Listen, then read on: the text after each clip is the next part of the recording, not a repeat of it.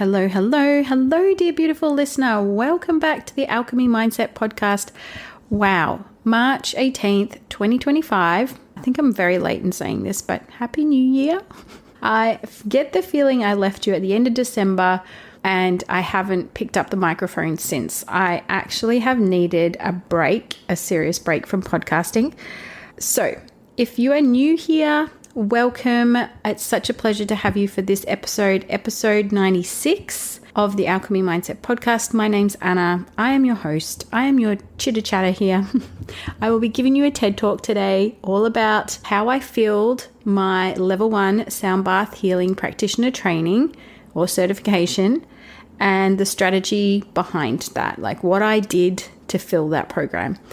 And if you don't know who I am, I'm a mindset coach. So I love supporting women, entrepreneurial women who run small businesses, whether they're starting out brand new or they've had one established for a while, as well as teaching and training. And I am now officially a trainer and a founder of the Level 1 Sound Bath Healing Practitioner certification, which is endorsed and supported by IICT, the International Institute of Complementary Therapies. I know.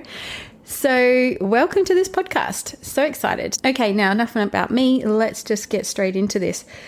So I left you hanging somewhere at the end of December, and honestly, I felt like I didn't really give the previous episode justification of like the episode where I did like the summary of my 2024. After I recorded, I was like, that was just half-hearted. Like I was just ticking a box just to get that done rather than actually give it full meaning, energy and heart. But I've got a little strategy, a little process that I'm going to use for the end of this year when I do a little summary. And it's actually based on some of my favorite vlogs that I see and that I go, oh, that's a really cool summary of how they summed up their year in terms of like their best performing videos and their takeaways from the year and what they're planning for the year ahead. And I'm like, yeah, that was fun. So I'm going to do that. So I had actually last year planned to do an episode every week. That was my challenge. And I think on average I did, but I just dropped the ball towards the end. And it was largely because I just got what's sometimes known as pod fade. I just got a bit disenchanted, uninspired, and not really committed to my podcast. And I just need to take a break. Just take a break, take a step back. I am a generator within my human design, which means that I need to do things that light me up. And my podcast just wasn't. I felt like I was just having to do it for the sake of committing to something that didn't feel right anymore, rather than recording and sharing things with heart, with meaning, with intention, with purpose.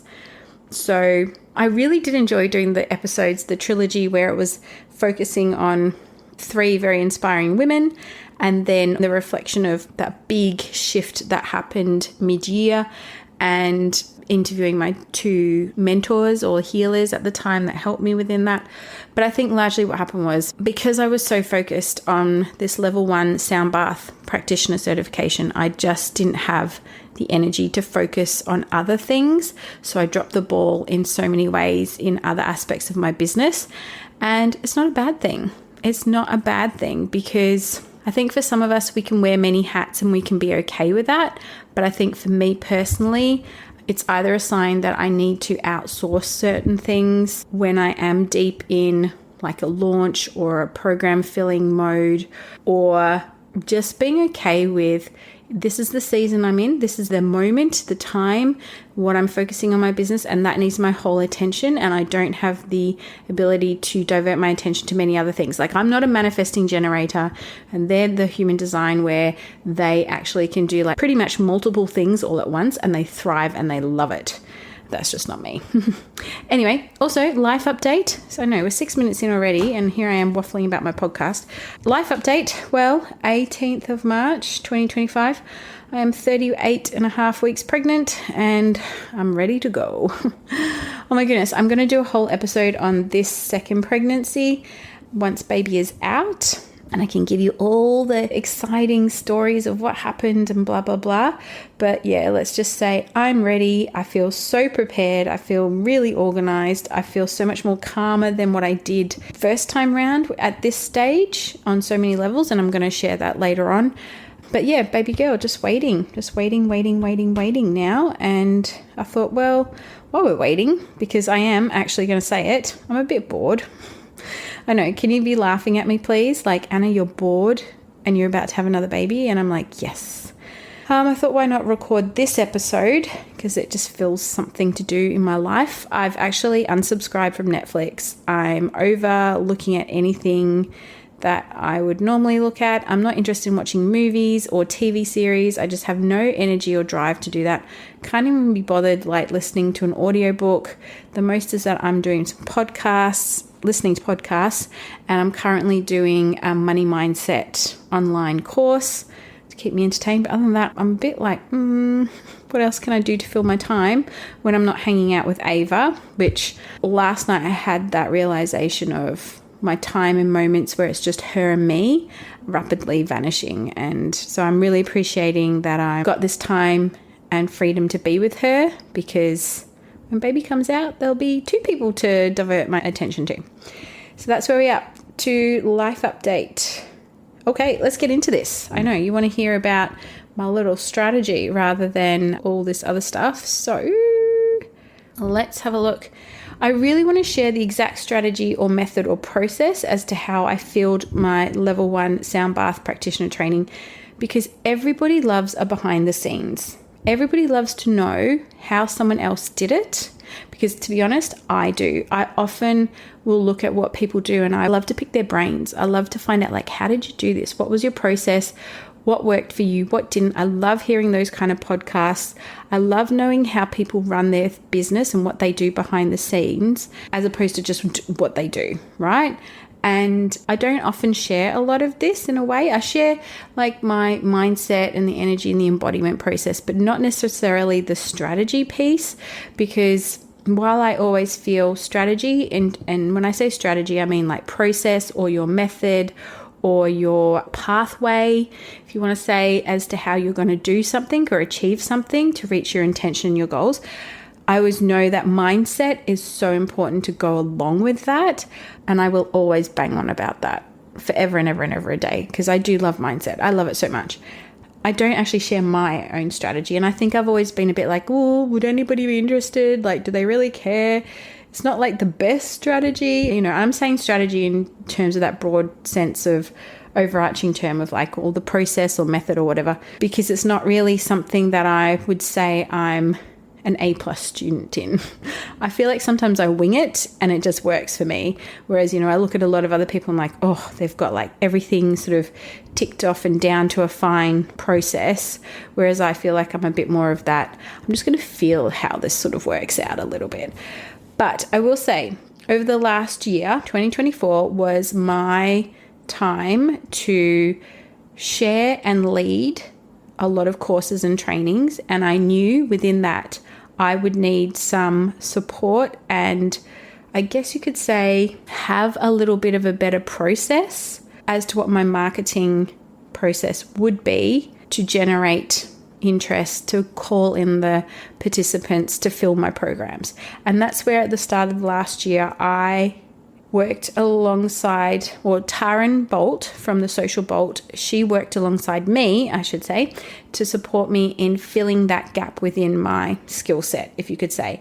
So I did a 1-to-1 program with her and I loved it. And I felt like it was a really good reminder of, you got to do what's right for you, and there's no process that fits everybody. You have to find what works for you and just enjoy it and have fun with it and experiment and be the scientist and be the experimenter. And I think what I came away with feeling after working with Taryn was that sense of, this is what I enjoy doing and it lights me up, and I'm going to continue doing it. Like, I'm not going to get too bogged down as to whether or not it's exactly what she does. I'm not going to get bogged down as to whether or not it's something someone else does. This works for me. So she also helped me work with my website and like copy and landing pages and things like that. So I felt like I had a lot of support in there, but mainly for me, it was finding the way and like a rhythm, if you want to say, that when I came to promoting and sharing things, I felt really good about it. Because I will say this, if you feel really good about doing something within your business, it is going to like thrive, it's going to shine, it's going to explode far better than if you're dragging your feet, feel like you're walking through mud and you're hating every moment. So that's where that kind of all started. So in this, I'm going to be sharing the mindset, the energy embodiment, and the marketing part. That was my strategy, I would say, is the marketing part of how I filled my level 1 training. And I will honestly say, like, I am that person who's always looking for that golden process, that if it's worked for someone else, then it has to work for me. But as I've said, what I've learned is you've got to take the things that you love, do the things that you love, and know that that's how it works for you. And that's okay. So that's probably the takeaway of this whole entire podcast episode. So I've just given that to you. You can pause it and stop now and go, all right, I'll just do what works for me and what feels right. So yeah, here we go. So marketing. Oh my goodness, I'm going to talk about marketing. This is not my forte. And as I said, I got Taryn to help me create a process that felt good for me. And for me, that looked like I basically wrote out a whole bunch of topics that I could talk about in an email to my existing community about why I was running a certain program, why it felt good to do that, the benefits of it, the process of it, like the outline of the program, and then all the things, I guess you could say the messaging within that, like why it would be a benefit for them, like how would they feel having completed this? What's the transformation process? What are these participants going to learn and achieve from working with me in this?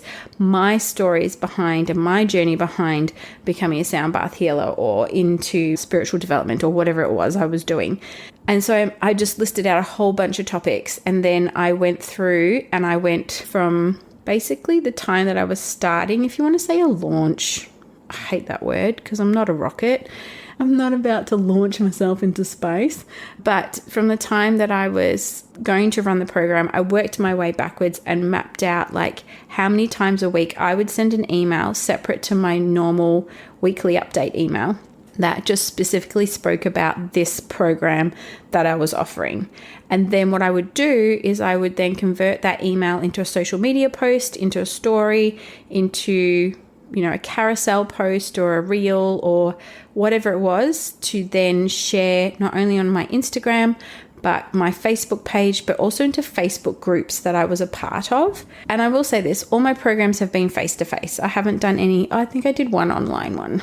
That was the mindset manifestation one. But either way, everything's been face-to-face. So I was aiming myself at face-to-face community groups and things like that. So that's how I worked that. I basically wrote out a bunch of topics, a bunch of emails that I could write and feel good about, wrote them out, and I got ChatGPT. I love ChatGPT to help me rejig them just to make them a little bit more shorter or a little bit more concise. I did edit a lot. I don't take chat for exactly what it gives me because often I'm like, that does not sound like me. So always, side note here, make sure it sounds like you.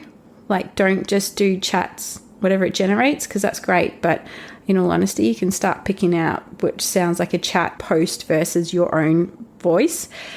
Anyway, got that just to help me create the slides.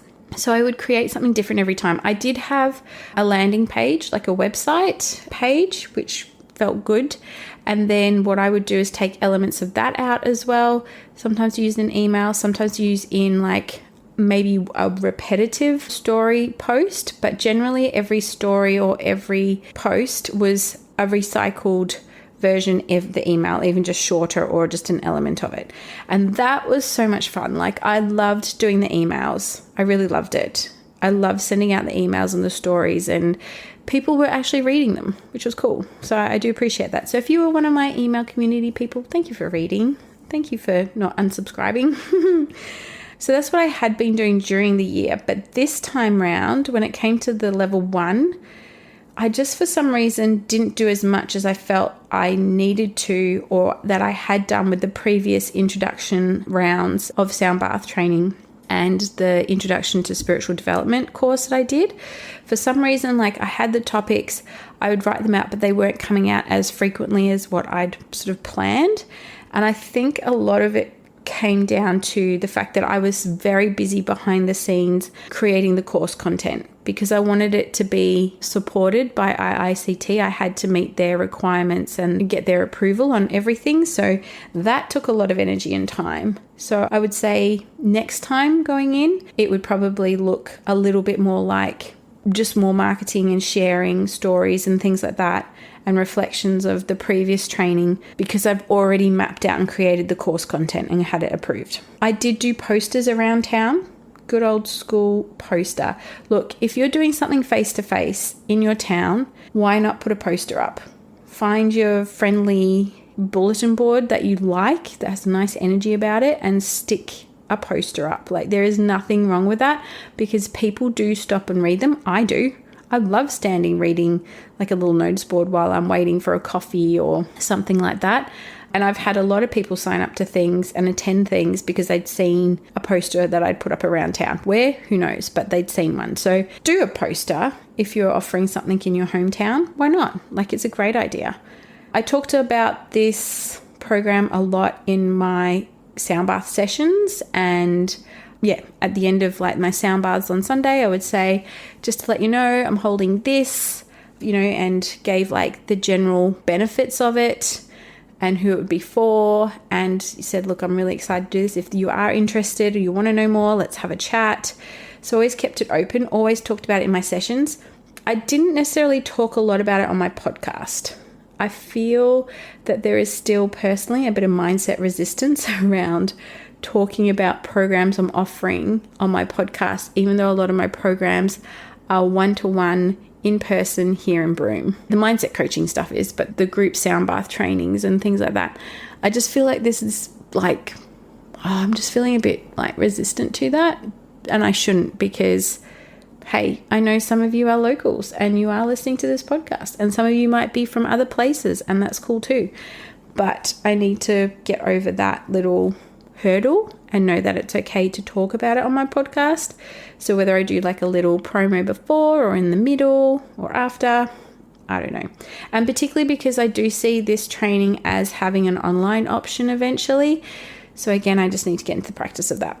I reached out to wait lists and past participants who had done the previous introduction to sound bath trainings. And again, this was a mindset thing, but it was part of my marketing strategy just to follow up. People had expressed interest, follow up. Don't just be like, oh, they haven't got back to me, they're not interested. Actually follow them up. And even if they say no, not this time round, that's okay. Put them on the wait list for next time, move on. I didn't take it personally. I just had to put my big girl pants on and just reach out, which again is kind of like a networking, not necessarily cold calling, because they were already warm leads. They'd already expressed interest, but I was just following them up to see if they were. So I wrote them personal emails. With the reflection of something that they'd done in the introduction and how the level 1 would still support them in their life, their journey, their whatever it was. And it was great because I had a lot of people just really lovely, just reply and say, oh, not this time around, but I would still be love to maybe next time or something like that. And that's fine. At least I knew I could tick that box and be like, well, I've shown to the universe, I've shown to this whole process that I've done that. I've done that thing, and I'm still calling these people in to do this course, and I'm ticking the boxes of all the things I had to do. That doesn't feel natural for me. It feels really uncomfortable, like to reach out to people and say, hey, I was just thinking about you and I'd love you to come and do this course, like in that sort of semi-cold call way. It's just really hard. I'm just not very good at that. It just feels like a bit of a telemarketer. But I did. I reached out to past people, wait lists, people who had expressed interest, followed them up. The process for people to join was that there'd be an application form. Fill that out. Let me know that you're interested. How do you want to pay? Are you committed? Are we ready to go? Then from there, they would then get an email to say, congratulations, you're in. Here's your next steps. Agreement form and a payment form. So they would then have to sign an agreement to say that they knew the terms and conditions and what their side of the contract was, and then make a payment, whether it was pay in full or on a payment plan. That was fine. And then within this, and this isn't necessarily marketing, this is just the back end of stuff, I used my program Asana, which is like a project management type if you want to say it, a program where you can just basically create your processes and tick things off. I don't even know what you want to call Asana, but I love it. It's so handy, and I had that to track everything. So basically I have a whole folder in Asana that's all about the level 1 training, everything from details, marketing, costs, expenses, enrollments, and I could use it just to tick things off so I knew where I was. It's like an organizational folder or program. And I used Google Drive to keep all the marketing emails and copy, like all the things that I was drafting, as well as the course content that I was creating. And I then drafted the whole course in Google according to the different modules, and then I transferred it into Canva. So the final course book has been created in Canva, which I love, and I got great feedback over as well. So yay me, woohoo! So that's kind of basically the marketing side of things. That's like how I did things marketing. My biggest takeaway here would be for you, do what feels right and be consistent on it, because I think that's where we can fall down, where we go, oh yeah, I tried but it didn't work. It's like, well, were you consistent enough? Did you have fun? Was it enjoyable? Did you like the way you did it?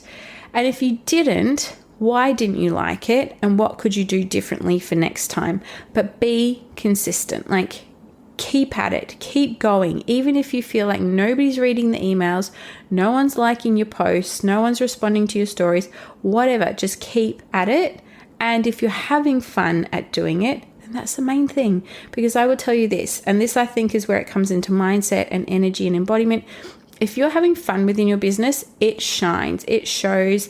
That energy is a ripple out. That energy is there, like, oh, she's having so much fun talking about this. This program must be amazing. It must be so freaking transformational. It must be so empowering. I'm definitely going to join.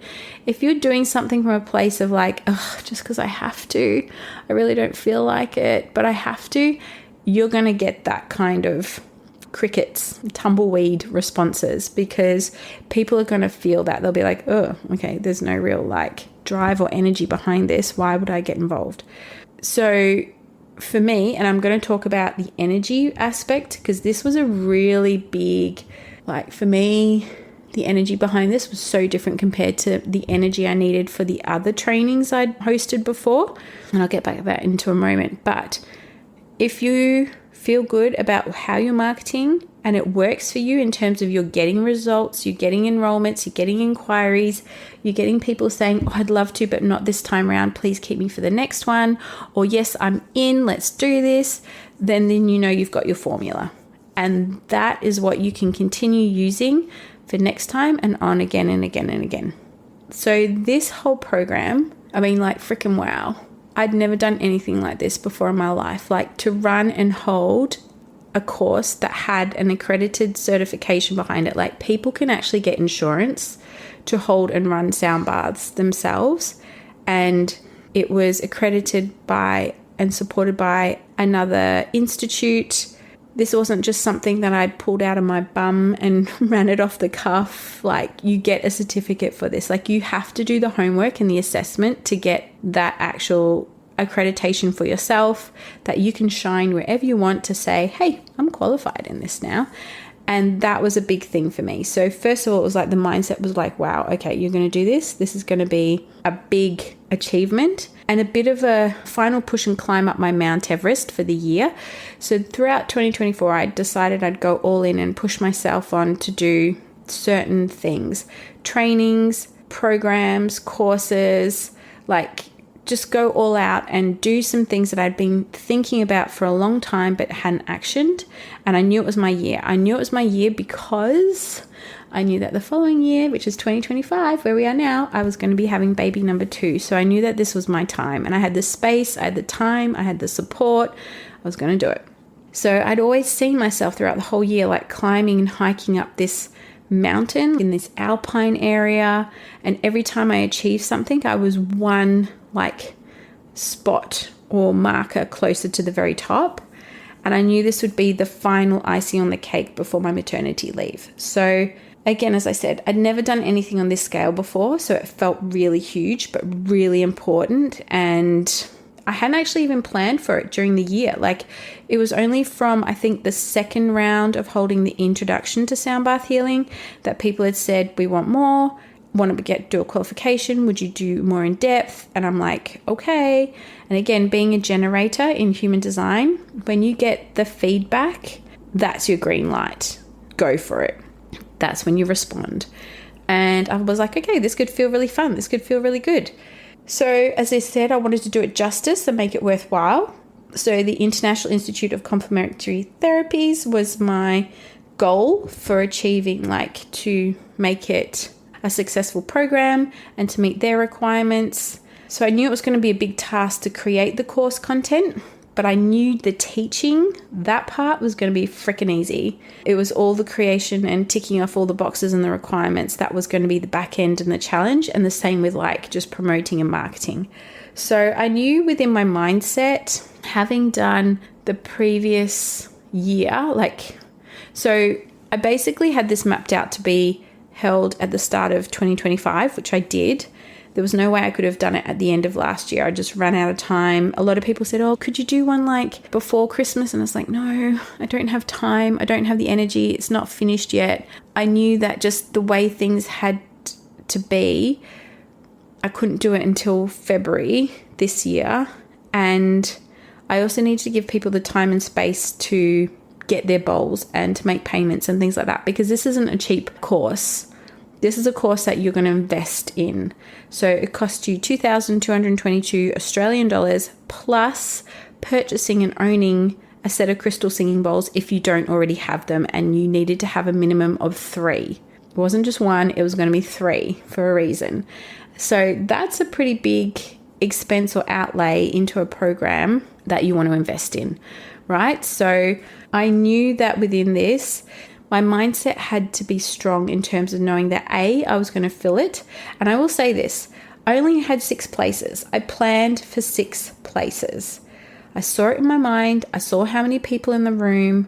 I saw the space set up. I saw where I would sit in the Buddha sanctuary where I was going to hold it. And 6 felt like the best number. And you might think, well, 6 is easy, Anna. Like, that's under 10 people. But whether it was 6 or 16 or 60, it doesn't matter. You still need the same mindset. Like, it's a numbers game, and it's still holding space for those people to come into the program. So while I knew teaching the whole thing would be so flippin' easy, my biggest challenge was getting all the course content done and the back end stuff. And I think because I was so focused on that, my marketing wasn't as strong in terms of sending all the emails and the social media posts. But I knew I was still at least doing something, and I was still talking about it in my classes. So I was still creating energy and momentum around it. And I was still getting lots of responses, like lots of people saying, I'd love to do this, but maybe next time, lots of feedback. So I knew it was going to happen. But the one thing I had to remind myself was that I wasn't responsible for everyone's problems. Okay, I was a solution to something that they wanted in their life, but that was it. I wasn't there to solve their problem of how they were going to pay for it, or how they were going to get their bowls in time, or anything else like in that regard. All I knew I had to remind myself in was that I'm not here to solve people's problems. Like, my thing is, I think it's because I care. I think it's because I care, and I kept thinking, have I left people enough time? Have I left people enough time from talking about it and opening enrollments? I probably could have opened enrollments a little bit sooner, and I think I did it as of end of October, and I really should have done it like at the end of September, but it just happened when it did. But I felt like I'd only given people like maybe 2 solid months to get themselves sorted, and it was coming into December, which is Christmas, and January, it's holidays. I was like, how is this all going to happen? Like, am I going to get my 6 people? Is it just going to be like, I need a minimum of 3 to go ahead just because of expenses and costs? Because hiring a space for 6 days, so I was holding it across 3 weekends. It's not a cheap exercise. I'm just going to say that. But yeah, planning all of that, like how it was going to run, when it was going to run, the time frames it was going to run in. So I ended up doing 3 weekends in a row for February, and knowing that, I was also pushing it up to how was I going to feel holding space for everybody, knowing that I'm going to go into maternity leave as of the start of March. Like, I didn't want to work anymore beyond the end of February, and I'm holding this in February. Like, holy moly guacamole, how's this all going to work out? So I knew there was a big wheel being turned. And at the end of the day, it was my space and role to just show up, talk about it, promote it, sign people in, attract the most aligned, amazing, gifted, talented people to be part of this program, but not to solve their problem, not to solve their money worries or how they were going to get their bowls, but just trust that they would rock up with their bowls, having made payments, signed the forms, all the things, and they were ready to go. That was a big mindset thing for me.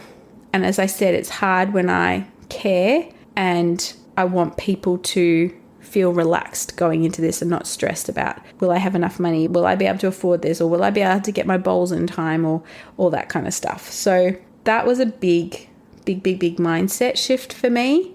And the same thing for calling in 6 people. So you always feel great when you got the first person because you're like, oh, that's my first person. Tick that off my list. There's the first person. The ball's rolling, right? That's how I always feel. Like if I've just got one, I know I'm on the ground running. And in many ways, I think it was like the first 2 came easily and then the next 3 came very easily, but the last person, and I had to really, again, I'll talk about this in the energy part, just take a step back, breathe and go, all right, is this going to happen? Am I going to be okay if I just have 5? Like, why do I have to be hell-bent on 6? I mean, yes, financially, that would be lovely to achieve my goal, to have 6, to have that final amount come in. But is it really essential? Like, will I be okay with 4? Will I be okay with 5? But in some ways, I knew that there was going to be a 6th person and that there was every element that it was going to be someone right down to the line. And again, it was a test and a measure of take the pressure off. It's not my job to solve someone else's problems. If they really want this, they're the ones that have to go and move mountains to make it happen. I've got the spot. I've got the place. I've got the solution. I've got the transformation. It's up to them to sign up, own to it, and be on board. And what I had to do mindset-wise, because I was actually on holidays in January, and at the time I thought I would have energy and time and space to like continue promoting and sending emails, knowing that I'd pretty much created all the course content. I was just waiting for it to be approved and get the feedback. I was like, you know what? I'm going to have to shut the doors. Like, even though it's not my job to know how someone's going to come in last minute, maybe they've already got a set of bowls and they just, get back from holiday and go, yeah, there's still a spot, I'm going to do this. I'm like, I don't want to hold space for this anymore. Like, I'm done. I want to shut the doors so then I can enjoy my holiday, but also then prepare myself mentally and physically and emotionally and get all the behind the scenes stuff finalized for this course, knowing I've got 5 people, if that's it. So I shut the doors. I think about 2 or 3 weeks, 2 weeks. And it felt good. It was like, we're done. I'm done. That's okay. I'm done. And in that time, someone then replied to my email when I said I'm shutting the doors saying, I really want to do this. I really, really, really want to do this, but I'm not sure if I can afford it. And I said, well, that's fine. I'm not going to push you. You have to know that this is right for you. And if you want to do this, I can give you an extended payment plan beyond what I'm already offering. Like, I can make it more flexible for you. That's not a problem.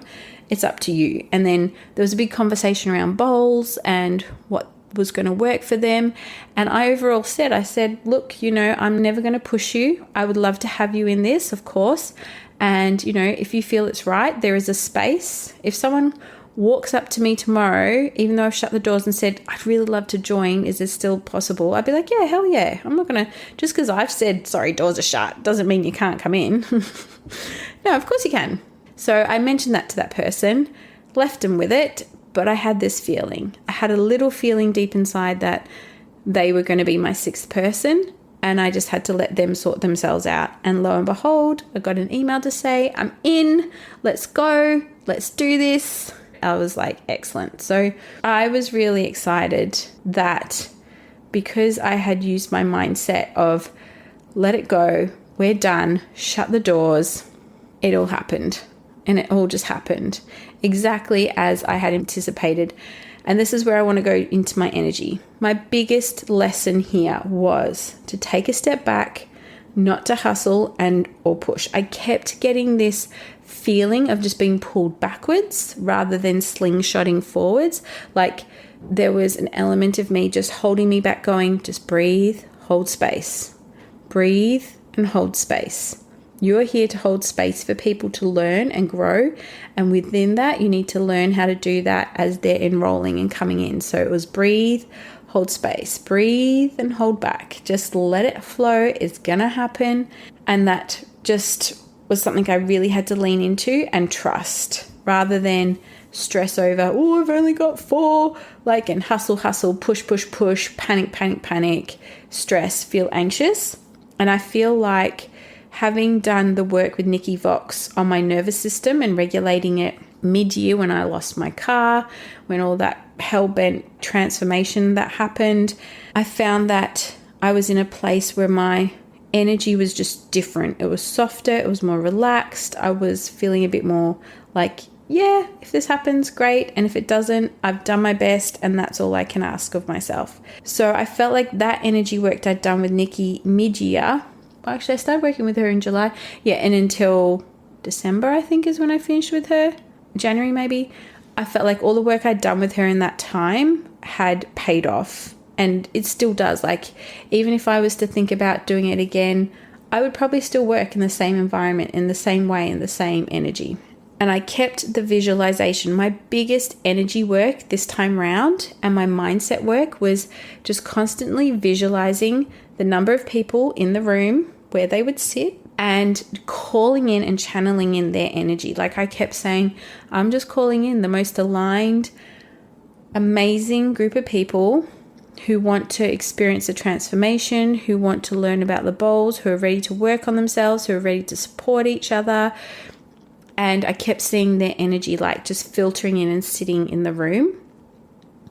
And I found that that was the biggest thing for me. I didn't do a lot of EFT tapping. I didn't feel like I needed to calm the farm in any way like I had in previous ones. I did it a couple of times just to sort of talk through my intentions and stuff like that. But I didn't feel like I needed to clear anything. I did take the Abundance Bushflower Essence. I love that. I will always take that. I did do certain meditations. I did my Kundalini Gonkar and I did the Ha meditations, which I always find just help me manifest. I attract the most amazing things through doing those meditations. But I wasn't consistent either.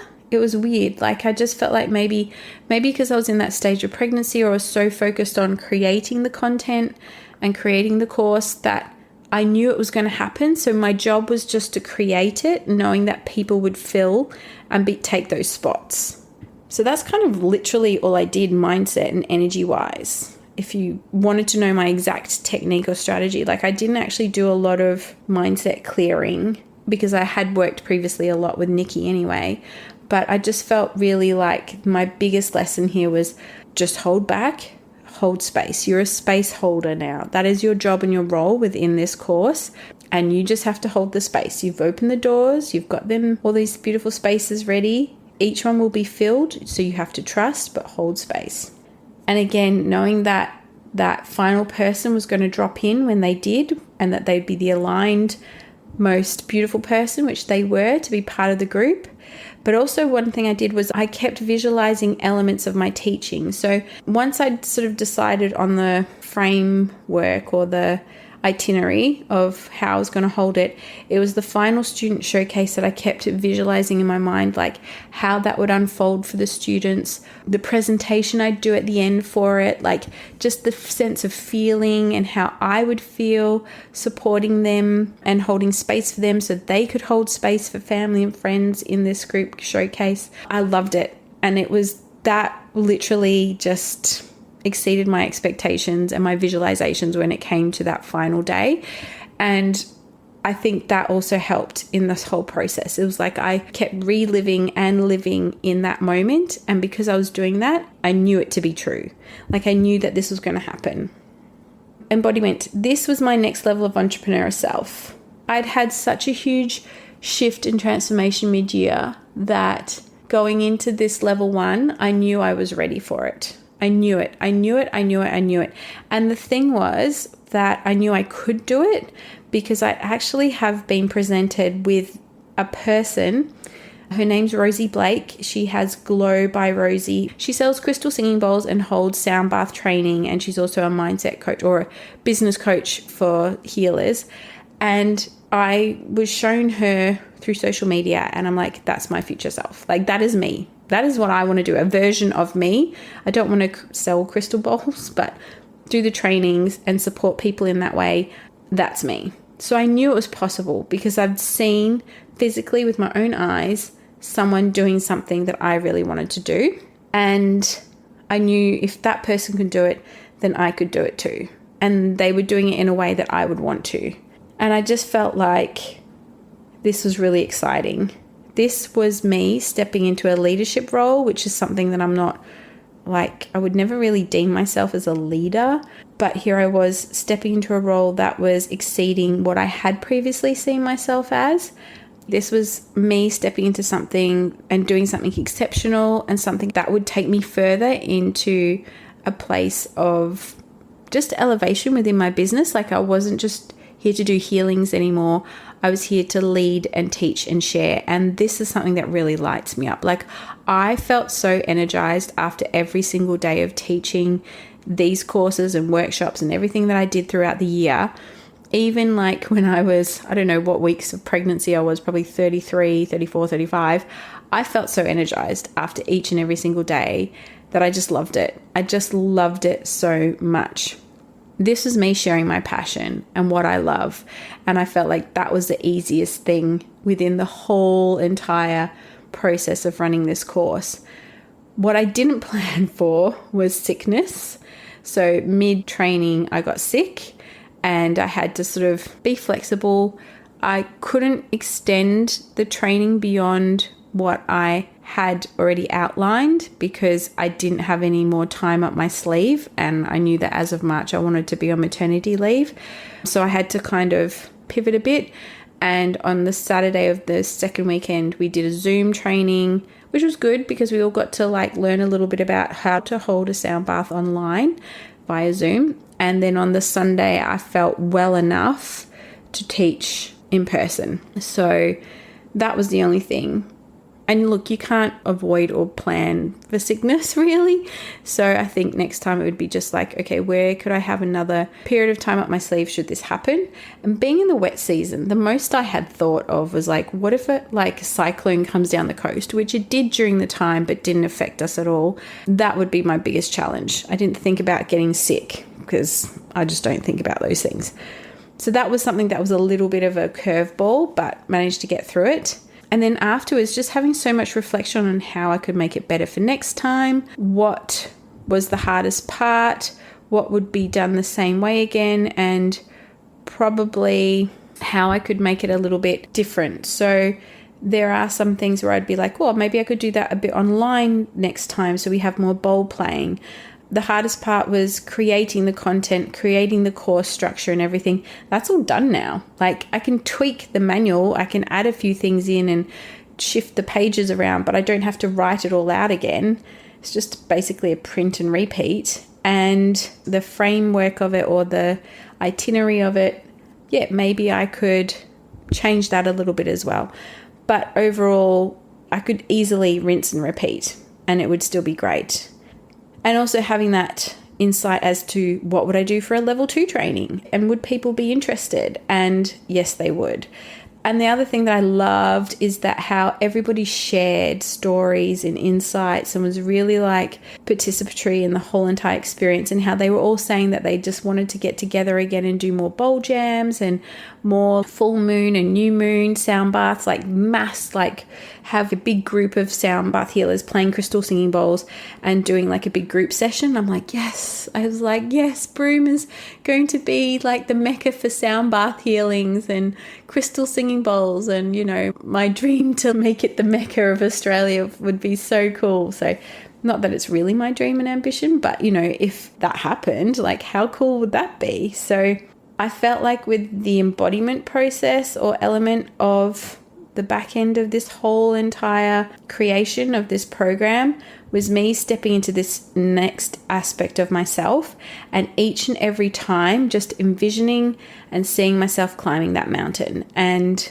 the day the showcase happened, and the day actually I think it was the day that I started the whole entire level 1 training with the group. Like, we're there, we're in the room, we're doing the opening ceremony. I was like, I'm at the top. I'm at the top of this freaking mountain.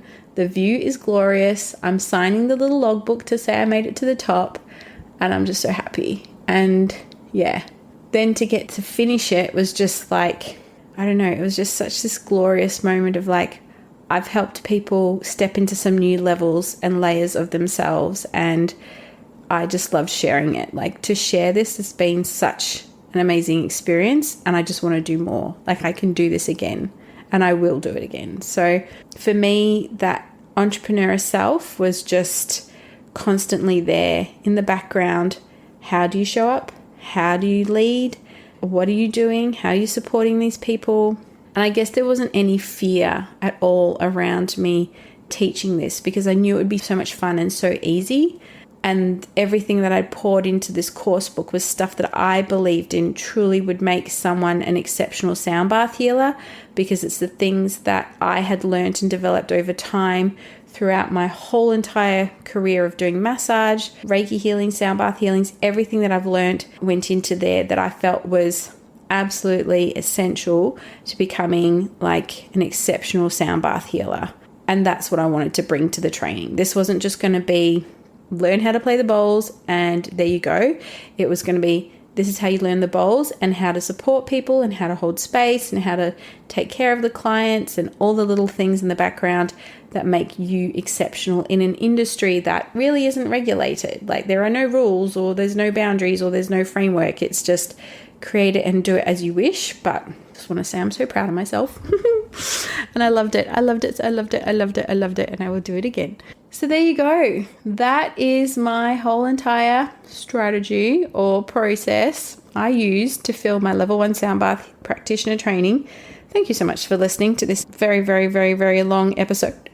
Oh, excuse me. I've got like a bit of indigestion because I've been reclining in my bed recording this.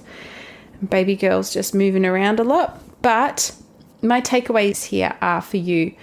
Firstly, when it comes to marketing, choose the process that feels right for you. Play with it, have fun with it, but be consistent. Rinse and repeat. Don't make it hard. It shouldn't be hard or difficult. It should be fun. It should be easy. You should feel inspired by it. And when you have that in the energy of what you're creating and doing, it gets felt by those who receive and read your marketing, your emails, your social media, things like that. Mindset. If there are blocks, fears coming up as to why you can't do something or sort of holding you back, then that's what you need to unlock and release to move forwards.